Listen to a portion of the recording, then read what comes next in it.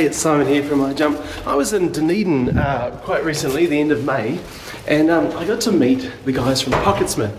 Well, I'd already met them over Twitter, but yeah, they're an interesting startup in the financial services area. They just recently got featured on NBR for their great work, how they've grown their business using open source software and social media.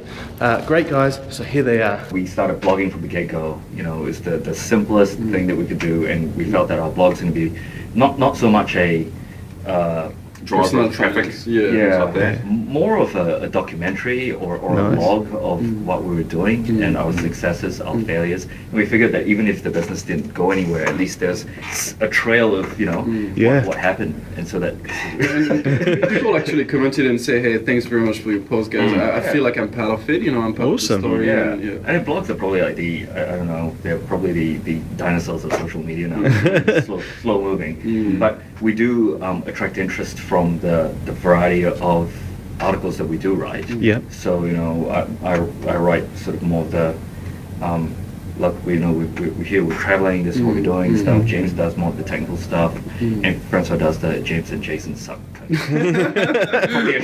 So was it hard to know what to write about, what to blog about?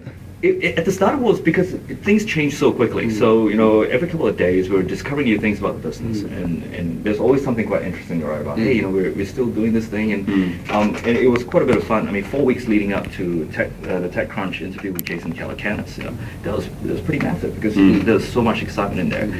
Since we've gone away for the summer and come back, we went into that phase of the business where we were just focused on software development and finalizing the product. So our blog posts have actually dropped off because there isn't that much that is interesting to say.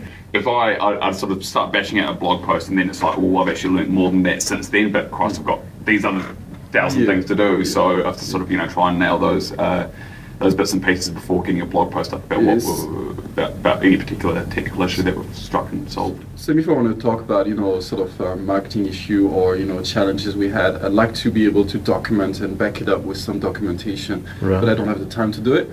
That's simply don't have the time to come back and find all the posts to link to, and beyond sort of the whole blog thing. Certainly we've made some incredible connections using Twitter, and I mean it's kind of, and because it's such a direct method of communication in 140 characters, and because you don't have to go through the entire process of the long-winded introduction. It's a far simpler and more sort of, I guess, time-effective method of making connections with people. It means that when we go up to Auckland or we go to sort of other centres around the country, we already have sort of a roster of people that we know and people that we can meet and people that we can talk to. And vice versa. Absolutely. Actually, my first trip to Auckland, which was last year, I think, I went up without knowing absolutely nobody in the sort of web space and stuff, and I end up meeting you. Right. And I'm meeting Ben Young that invited me to the fast 60-second pitch. Ben from Next, all of these people, the Heist House, we got offered space at the Heist House, and all of this just by Twitter. Just say, hey guys, I'm going to Auckland and I'd like to meet some cool people. Pocketsmith itself has slowly been building a little group of followers, and I think we really started to use that account when the Lifehacker post hit, I think. I mean, we're building it, and we're talking to people domestically and internationally, but then the Lifehacker post hit in the morning, and then we could just see in real time all the tweets going out. It was massive. Every few seconds, people were retweeting that article, and people were talking to us. In Danish, in Dutch, in all these different languages, and it's been a great forum for us to react to user concerns or feedback. Very timely sort of manner. Very timely, yeah. Great. It seems surprised that we write back to them on Twitter, but That's great. And so you mentioned the user base, and what sort of role did social media play in actually finding that user base and that beta testing audience? Google AdWords and blog posts. We had a campaign by the University of Otago, a group from the University of Otago that actually ran a campaign. You get traffic, but to actually get the conversion into sign up, it's actually difficult. You need a lot of time, you need to refine your campaign and stuff like that. But if you can score, and that's what we did, we contact prominent blogs in the States and said, look, this is what we got. Would you be able to look at it, do a review? And for every review that was there, already people will come, look at it, like it, and sign up for. So in terms of, blogs are so much better than AdWords as well. yeah, they're so much better. But what it's done, again, first I was referring to the Google AdWords challenge, which we weren't aware of prior to the team approaching. So there were a great bunch of guys who actually helped us figure out how to squeeze quite a bit from AdWords, and that's given James and Francois a platform from which to work. Yes. But blog posts are so much more effective, especially, and we've had blog posts well, we had a big one in Japan. That was probably the first big exposure we got with 100shiki.com. And that brought us, maybe how many users? About we're at least 500? Yeah, 500-600. 500 to 600 Japanese users. Actually, it's like a bomb, right? So every prominent blog post is like an explosion. Yeah. And then there's the sort of proximity, the splash damage, which are the tweets and then the retweets. As opposed to sort of the AdWords thing where people are being sold to and sort of the advertising, very sort of advertising oriented channel.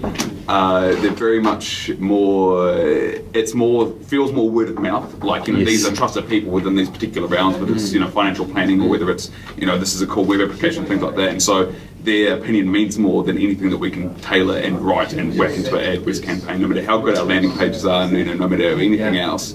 No matter how much A/B testing we're doing and things like that, blog posts are always going to be the big hit. That transparency has been a really big part of our business. Just being true to ourselves and allowing people to, I guess, write honestly about their experiences about the product. It really is that simple. Yeah. I mean, people used to think that maybe the internet could help you cloak the quality of your product, but it's no different than selling donuts from a shop. Right. Just love your customer. Make sure you've got a great product that your customers love, and price it accordingly. That's pretty much it. So obviously being in startup, you've had like a story to tell, all the different phases of development.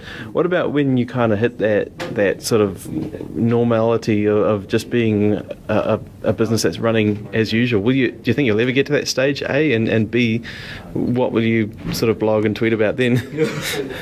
we kind of got to that point towards the end, but as we're pushing live. There are a couple of things we've realized that we haven't quite talked about yet, and we were interviewed by Adeline Chua, who about our and she's been on iJumpTV as well. Yeah. Yep. And she did ask us this question. She said, you guys are like hippies and all that. What she said was, when you guys grow up, your corporate blog, so to speak, will change. There are things that you can't talk about. It's very true because, for example, one of the most exciting times for us was engaging our first client, which is a massive customer. And for 4 months, we couldn't talk to them about it, or talk to our users about it, because there's blogging and there's being transparent, but there's also, reviewing your sort of strategies and not strategies, but sort of it's the confidentiality, commercial sensitivity, commercial sensitivity. That's right. Idea Marketing degree. Yeah. So I guess when it comes to that point where the company gets so, I guess, stable that we really have nothing to write about, but the day-to-day, guess what, today we met such and such and sold another deal. To be honest, I hope that would never actually happen. Like, I mean, although we can say, sort of normality sort of hit those few months ago, I don't think that'll ever be business as usual in terms of like, It's changing again because we're not going to hit the road. And it's a constant evolution sort of thing. That's the beauty of it, is like challenges always go up. Meaning first client done, next client, who's going to be our next client, New Zealand market done, what's going to be our next market, Japan, Europe, UK, it's still... And I guess what we're saying is if it gets to that point, it's probably time for us to hand the company over to someone who can do who that does well. the business normal thing. Good stuff. Excellent. Well, thanks very much for being on the show today. No worries.